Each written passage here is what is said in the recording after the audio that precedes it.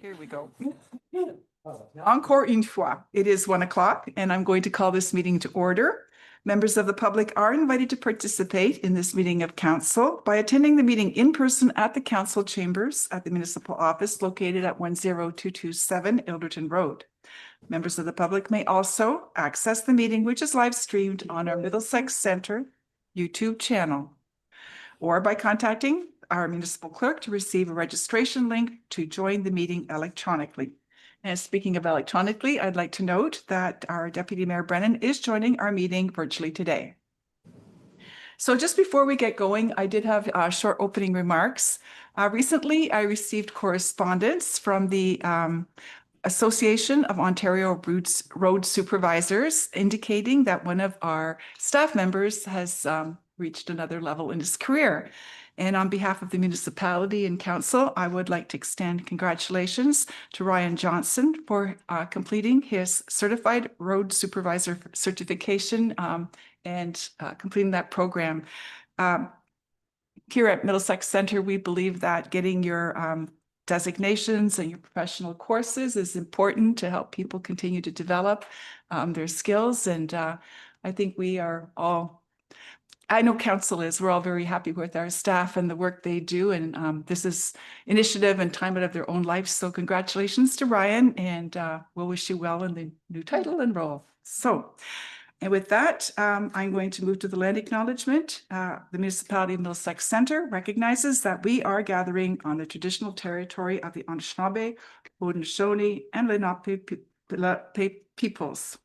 We acknowledge the enduring presence of First Nation, Métis, and Inuit people on this land and are committed to moving forward in a spirit of reconciliation and respect. Our neighboring First Nations communities, which continue to live as sovereign nations, include the Chippewa of the Thames First Nation, Oneida Nation of the Thames, and Munsee Delaware Nation. There is one additional item here. There are two items that have been added in the agenda. So we need to make a motion. I have a motion here that we need to pass in order to add those to our meetings. So the recommendation is that the addition of items 5.1 and 13.4.1 to the August 6th, 2025 regular council meeting agenda be approved. And I have Councillor Coles and Councillor Cates. Thank you. I'll call the vote. All in favor? And that is carried. Thank you. Okay, now the other thing, before I get there, disclosures of pecuniary interest. Does anyone have anything they wish to declare? And I see no nodding heads, so we can move on. We were going to have a delegation presentation this afternoon. Each year, the municipality of Middlesex Center presents the Middlesex Center Proficiency Award to recognize outstanding academic achievement by a graduating student from Medway High School. The award winner this year is Juliana Mara, and unfortunately, she is unable to join us today, but we offer our congratulations on this impressive achievement, and we wish her the very best in all her future endeavors.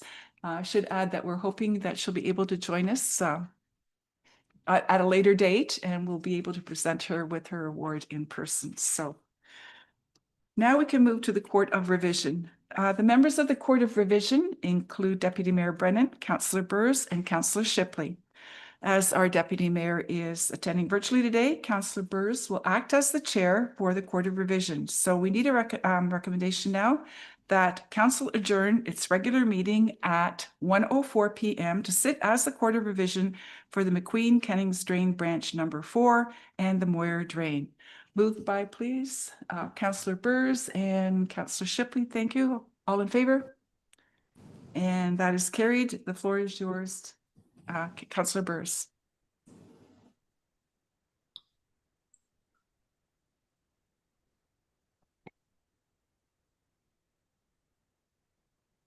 Oops, sorry, wrong. There we go. Thank you very much. Okay, as has been stated, I am substituting for Deputy Mayor Brennan, who is here online. So I'll call the Court of Revision to order on August 6, 2025. We have two drains to deal with. Court of Revision for the first one, call to order McQueen-Kennings Drain Branch number 4. All appeals are required to be received in writing 10 days prior to the date of the Court of Revisions as per the notice. And I'll make a side note, Counselor Arts is a part of this drain as a landowner and is not in a conflict of interest by speaking to it and voting on it as he is a property owner. So there are no appeals that I'm aware of, either for the scope or cost of the drain or the maintenance schedule. So at this time, I'll turn to members. Are there any comments or questions, members? None? Okay. I don't think anybody needs to deliberate further. We can just move right on to the recommendation. Yes, okay. The recommendation on the McQueen-Kennings drain is that the Middlesex Center Court of Revision approves the schedule of assessment for the McQueen-Kennings drain branch number 4, provisionally adopted by bylaw number 2025-053, as outlined in the report prepared by Spreet Associates Limited, and that the corresponding bylaw be forwarded to council for third and final reading. So I'm looking for a mover and seconder to table it for vote. Yes. One other? I'll second it. Oh, okay. There we go. Yeah. Councillor Brennan, Councillor Shipley. Okay. I'll call the vote. All in favor? Yes. Okay. That is carried. So that's a go. I'll call to order the Moir drain. So this is Court of Revision for the Moir drain. All appeals are required to be received in writing 10 days prior to the date of the Court of Revisions as per the notice provided. There are no appeals on the magnitude, cost, or the maintenance schedule of this drain. Therefore, I will look to questions from members. No questions from members. Nobody needs to deliberate. No. Okay. So then I'll put forward the recommendation that the Middlesex Center Court of Revision approves the schedule of assessment for the Moir drain provisionally adopted by bylaw number 2025-054 as outlined in the report prepared by Spreet Associates, and that the corresponding bylaw be forwarded to council for third and final reading. And I will now ask for movers. I'll move it. Counselor Brennan, Counselor Shipley. Okay, call the vote. All in favor?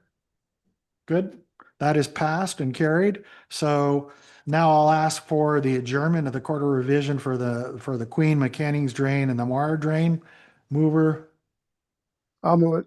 seconder. Okay, all in favor? We are adjourned and back to the regular council meeting. Gotcha. Yeah.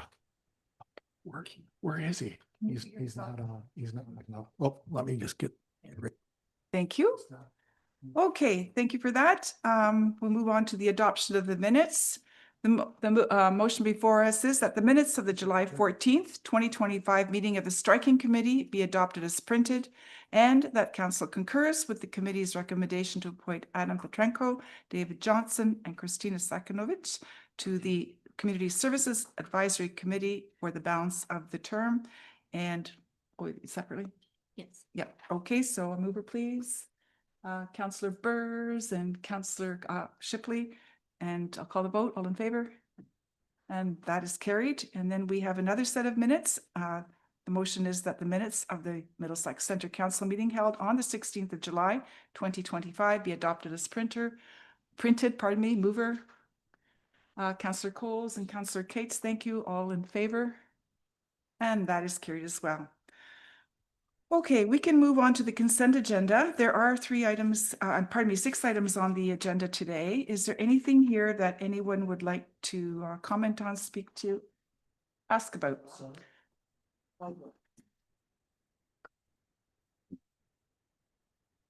Okay, go ahead. Thank you. Through you, Madam Mayor, to Scott and Sam. I just was wondering about, so for the arts and culture policy, I was wondering, I had written in here as I was reading through my agenda to ask you about some ideas that you may have or the new program offering, but then as I've read on, maybe you've actually implemented some of those ideas. I'm just wondering if you could talk about that. Thank you. Through you to Councillor Cates. Yes, so we actually all this policy actually highlights what staff already practice. It's just essentially putting it onto paper. So all these practices that are outlined in the policy do go through our planning process every couple of months when we do the next launch of programs, about every 3 months.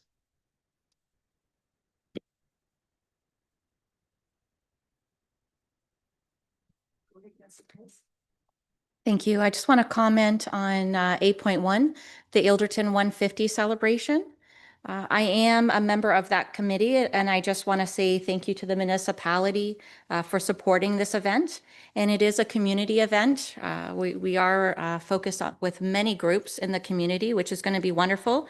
Held next July 2026, the weekend of the 10th to 12th. We're currently planning the agenda, reaching out to the community partners and seeking financial sponsors.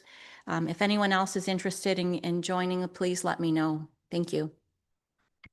Thank you. And I have Councillor, oh, I see a hand going up. Go ahead, Councillor Burge, you're first. Okay, thank you. So let's follow on to the. Spring, you have to turn it on. Oh, sorry. Oh, there we go. Just to follow on to the arts and culture policy. So I sit on that particular committee. We have to have this, you have to have plans to follow plans to put budget money in place. But one of the things that this brings to the table is whenever we apply for a grant, they will ask us, where's your arts and culture policy, correct? And so now we have one, it will evolve. That's all I wanted to comment on. Councillor, go ahead. Thank you through you, Madam Mayor. I'm ahead of myself here. So I'll cancel this time. Thank you. Okay. Oops, did I see your hand, Councillor Coates? No? Okay. Is that it then? Nobody has any more comments. Okay. In that case, there is a recommendation before us that items number 8.1 through 8.6 listed under the heading of consent agenda for August 6, 2025 be adopted as recommended. And a mover, please. Oh, Councillor Shipley and Councillor Burrs, thank you. All in favor? And that is carried. Moving on to staff reports. The first item up today is the Community Services Master Plan update. And Scott Mares, Director of Community Services, in his attendance to provide an overview of that staff report. And the floor is yours when you're ready. Thank you, Mayor. Through the Mayor to Council, so the purpose of this report is really just to provide Council with an update to where things are at with respect to our Community Services Master Plan that we implemented and adopted in 2023, and it still has a few years left. As you can see in the supporting document there, it highlights significant progress in these areas over the 5 key goal areas that we've done over the last couple of years. Quite proud of the team and in tackling a number of these. Some have been more challenging than others. But you'll also see there's a number of that are still in progress, and I think will always remain in progress. I don't think we'll ever, be truly completed these initiatives. Having Sam here today with us, and he's going to highlight some of the highlights in the recreation survey. I think that's probably one of our most significant achievements through this is that implementation of the rec program, and of course the youth centers that we've implemented as well. So quite proud of our accomplishments here. Work still needs to be done in some areas. Also aligns somewhat with our age-friendly community action plan, which is a whole different plan that we're working through. But happy to share this with Council, and I can answer any questions. Thank you for that, Scott. I'll look to Council then. Questions, comments? Councillor Arts. There you go. This is a comment.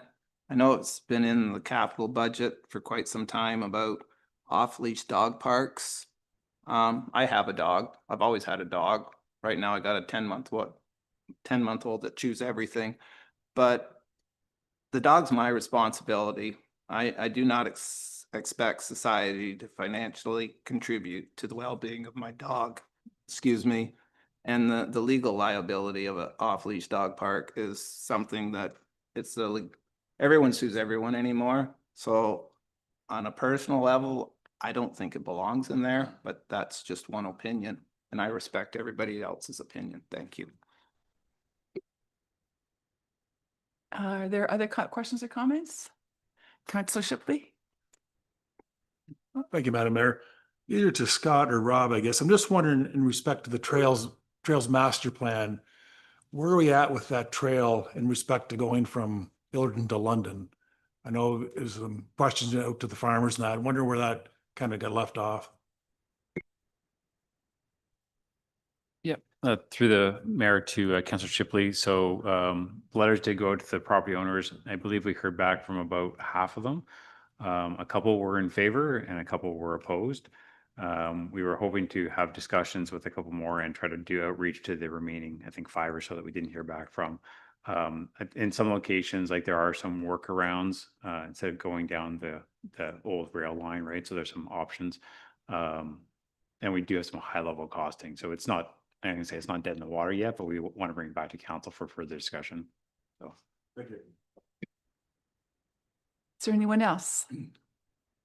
I don't see any hands. There is a recommendation before us, and that is that report CMS 05-2025 regarding the Community Services Master Plan update be received for information. Councillor Cates and Councillor Arts, thank you. All in favor? And that is carried. And we have another recreation item. Sam Cormier, Recreation Coordinator, is in attendance to present the Recreation Program Survey results. When you're ready, Sam. Thank you, Madam Mayor, to Council. So this was brought forward today just to highlight the responses from our 2025 Recreation Program Survey. This survey was conducted to kind of get an up-to-date opinion from our residents onto how they would like to see our programs go in the future, what they'd like to see introduced, and kind of general feedback about what they think of our current programs. If you can go to the next slide, that'd be great. So our survey was composed of 11 questions this year. And like I said, it did collect a lot of different information. A couple of the questions were included to share with the Alzheimer's Society of Southwest Partners as part of our dementia-friendly community efforts. I was really happy to see that we had a total of 292 responses. My goal was about 100, so we blew that out of the water, so that was great to see. Go to the next slide, please. So we had responses from residents of all 5 wards, including some surrounding municipalities. As you can see, Ward 1 was our, our most frequent participants of the survey, which was great to see. And next up, we asked what kind of age groups people were interested in. So majority of responses were for that older adults group and followed closely by adults group. So that goes nicely with what we currently offer, as majority of our programs are for those age groups. The next question we asked is if they'd participated in our programs before. I was really happy to see that we had 125 responses of people who hadn't participated in our programs before. So that was really nice to see that we had a blend of people who have participated and haven't participated before. Next up, the next question was how can we improve current programs? And a lot of the comments included just more options to participate.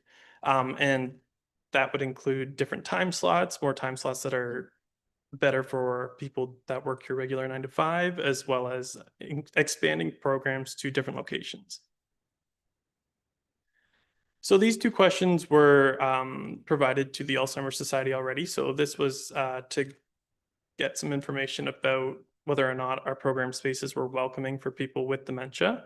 Of the 292 responses, 15% said that our spaces were welcoming, and we had a 3% of responses say no.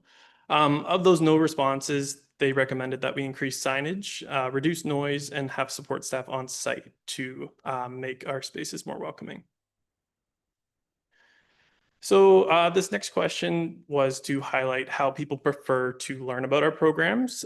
So we had a variety of different options here because we try to promote as much as we can wherever we can. I was happy to see that our recreation guide had so many responses because that's something we newly implemented last year. So that was great to see. As far as what people would like to see in the future, as from a perspective of what we don't currently offer. Majority of the responses included people wanting to see increased number of fitness programs throughout the municipality, kids programs, and as always, lots pickleball, pickleball, pickleball. Everyone wants more, so. This was a question that we included about sports leagues. This is something that we don't currently offer in the municipality. It was just kind of a feeler type question to see if there would be interest if we were to introduce that kind of program. We did have a lot say that they're not interested at this time, and it's not something we're currently looking to pursue. But if in the future we are, we do have a few options there that we can look into. Our next question was about feasibility of our programs. Currently, majority of our programs are offered at a rate of $6 to $10 per class. Based on the responses there, we did see that we are on par with what our residents are looking for. And to sum it all up, some major takeaways are that a lot of people are very appreciative of the programs that we currently offer. There's a strong interest into introducing more fitness-related programs. Residents in wards 1 and 2 emphasize the need for more sports programs north end of the municipality, and some areas of improvement that staff are currently working to implement and improve on are adjusting times to better accommodate different schedules, providing more equipment at our programs, and enhancing communication and promotions of our programs. So a few next steps. We've currently introduced an open-ended instructor recruitment for program instructors. So what that means is that anytime anyone who's interested in possibly becoming an instructor with us can submit their application through our website or in person at the Kamoka Wellness Center. We are also open to partnership opportunities with local recreation organizations that may be able to fill in those gaps or needs when needed. And just a little plug here, we do have our fall 2025 program registration opening up this Friday at 7 a.m. So save the date and reach out if you have any questions. And that's all I have today. If you have any questions, please let me know. Thank you. Okay, thank you very much for that update. I'll look to council questions. I'll start with you, Councillor Cates. Thank you, through you, Madam Mayor. As you probably know, I'm happy to see the Kamoka Youth Center things on there. That was something that was very near and dear to me, and I couldn't wait for that to happen. And recently I was speaking with Nancy from the Y, and we talked about how much it's used, and I think that's absolutely fantastic. So the other thing, and I got to say this properly, I'm happy that you're happy with 292 people, but I find it extremely frustrating to think that I don't know the numbers, but I'm going to ask for them, that we have 19,000 people maybe that live in our municipality, and everybody wants all of these things, and 292 people took the time to do it, but 15% of them don't even live in Middlesex Center. And to take it a step further, with Kamoka Kilworth being the largest area, and only 22% of the people actually were from Kamoka Kilworth that answered the survey. So I couldn't leave this. I couldn't let that go. So I had to say that. The other thing that I was wondering about, and I'm assuming that this is a okay time with given all of the things that your department has presented today, have you done further work on ways to ensure that it's Kamoka residents that get in there, and not as many like London people signing up for things and taking away the opportunity for local residents, is my question. Thank you. Through you to the counselor. Currently in our registration system, we open registration for anyone. It's not currently based off of Middlesex Center residents as opposed to non-residents. That's definitely something we can look to implement, but it's not something that we currently offer. Thank you. And Councillor. Oh, sorry, Scott, you want to comment? Go ahead. Sure. Through the mayor, just on that point, I think we don't see it as an issue at the moment. I think what's important is we want these programs to meet that minimum number. So if there's a few others that maybe perhaps come from outside of the community, that helps boost the program, get it up where we meet that cost recovery, and therefore the class would run. So for example, last session yoga was offered here in Coldstream, only 3 people registered, which meant the program would not run. So we have to balance that out a little bit to allow those outside registrations to come in hopes that the program will actually run. All right, go ahead, Councillor Burrs. First of all, I want to say well done. I think we're making good progress on that. This was the next gen, so to speak, of having facilities and parks and offering programs. I see the slant now might be a little more towards seniors. They want to attend some of these things. I'm not so disappointed in a number of respondents. It's hard to get people to take any survey today, but we made good progress and we're still not at that critical mass yet. And we're getting there slowly. I also would point out when people talk to me, well, why don't we have many more programs? And I'll say, well, you have to look at our population level. And if you want a bigger program offering, I often tell them you can go use the Spectrum program in the City of London, which offers a wide variety of things. Now, we have to be careful because all of us we can use the City of London Library. I do. As a member of Middlesex Center, I get to use the City of London library system. And we also understand we can sign up for Spectrum programs out of here. So, I expect some of them will come here and take part in our stuff to some degree. So that's all I wanted to comment. I think well done. We're making good progress. We continue to go on. Go ahead, Councillor. Thank you through you, Madam Mayor, to Scott. Thank you for clarifying that. I'm not sure why I thought that it was an issue. So I'm glad that was a good response. I'm glad to hear that that explanation of making sure they're full. And as a side note, I wanted to make sure that I provided with you guys. I've already had feedback on the recreation guide, and oh my God, look at how many the various programs and stuff that's being offered. So thank you. Is there anyone else? Okay, I did have a question for you, Sam. When you were talking about the section on dementia where you asked the questions, I was wondering, does the society actually give you information from research that suggests how things might be structured or what environmental conditions are better, or there might be guidelines that are suggested? Is there any kind of framework in which you can work or that they help with? So to date, they do help us with all of our programs and our spaces, just making sure that they're best suited for all of our participants. To date, they don't have a guideline for programs specifically. However, all of these responses that we did provide to them are kind of on par with what they've collected throughout their jurisdiction. So we are in a similar position to everyone else. The issues do come from a point of providing additional funding to get those additional signs or noise canceling panels in the community center. So those are perks that many community centers would like, but it's just not there at the moment. Yes. Okay, thank you. I just wondered about that too. We have to we have a lot of places. It isn't feasible to make everything 100% friendly, but if we have certain spots that are, then we can concentrate the resources there. And good. Okay, thanks for clarifying that. If there isn't anything else, oops, should I turn the page? Oh, here I am. I do have to turn the page.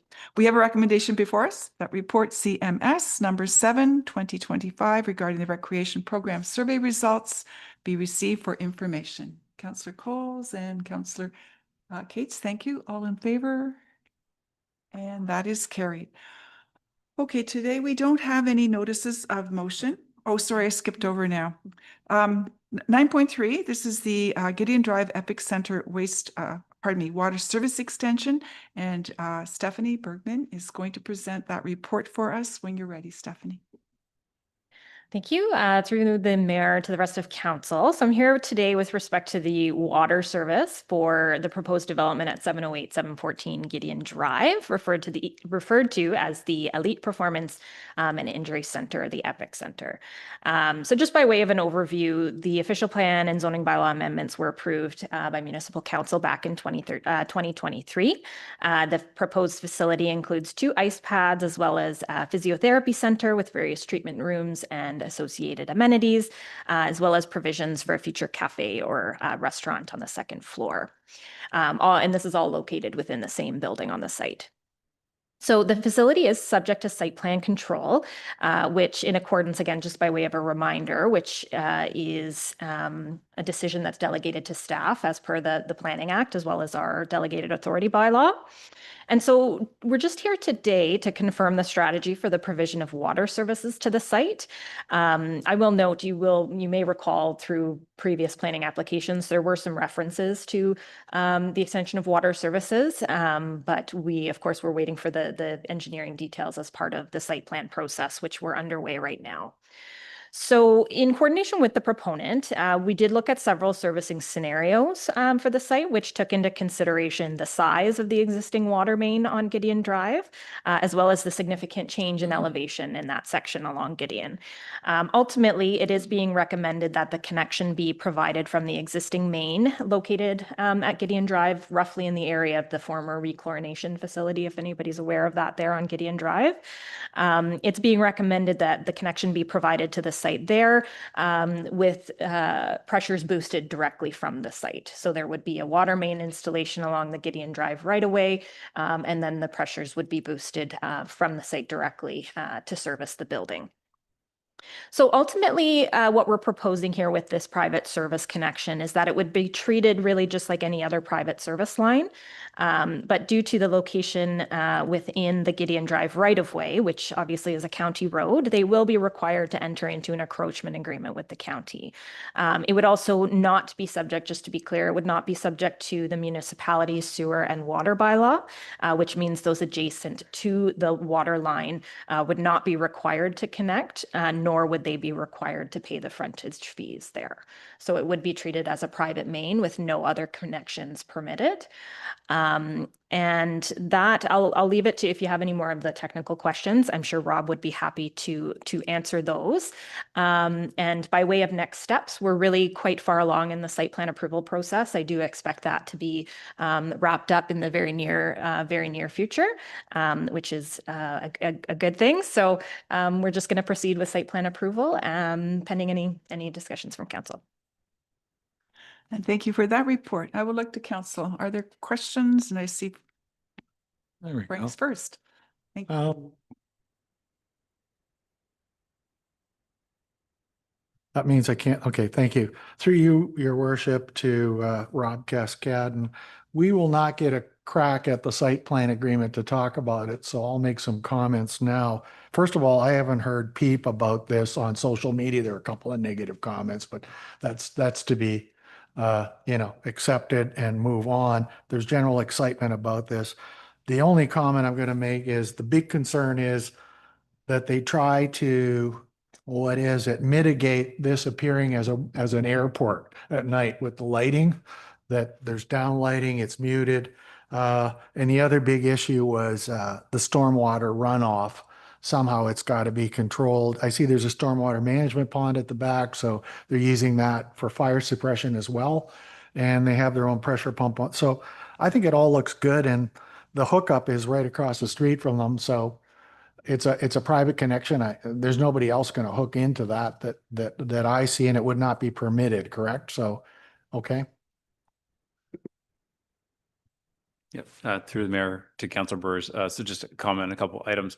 So the stormwater, yes, so there's be an on-site stormwater management pond with the outlet to a municipal drain that is to be installed to the south. The water connection would be a wholly private service. It would be connected around the area of the rechlorination station on Gideon. So the service would be about 800 meters long, though, within the Gideon Drive right-of-way. So they would require an encroachment agreement from the county, which the county is on board with. But so they would be the only user on that. If they ever, if there was another interested party to connect into it, they would have to look at what would be required for a private system, or there would have to be consideration at that time for the municipality to assume the works. But at this point, it'd be completely private. Thanks, Rob. I think you got it under control. I think there's general excitement about getting this thing going. Giddy up. Let's move on it. See you later. Okay, thank you, Councillor Bruce. Councillor Arts? Through you, Madam Mayor, to Rob. I think Frank pretty well, that's what I was concerned about. It's a private water line. We've had it before in the country. You go to the effort to put something through and then all of a sudden everyone decides they want to hook up for free. So they have control of that. So nobody can hook up without their permission. Thanks. Is there anyone else?